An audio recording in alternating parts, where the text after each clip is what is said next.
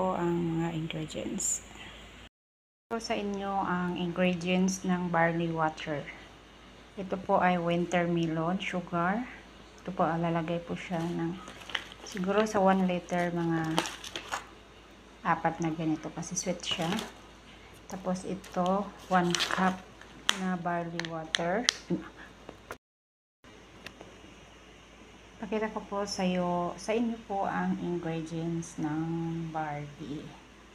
Ito po ay sweet dates. Sa 1 liter na tubig, yung isa po nito. And then, ito naman ay winter melon.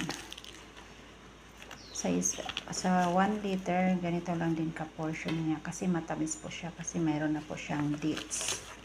Dates sugar po siya. And then, ito naman ang barley. 1 cups in 1 liter. Ito naman ang barley leaves, yung dry leaves na kinumpol nila. Sa 1 liter, isa pang kumpol ng ganito. Tapos, pagsabayan mo lang sila sa pagpakulo hanggang 45 minutes. Tapos, yun na, maano na yun ang drinks niya. Matamis-tamis na. Ito, easy lang po ang paggawa ng barley water. Thank you for watching. God bless everyone.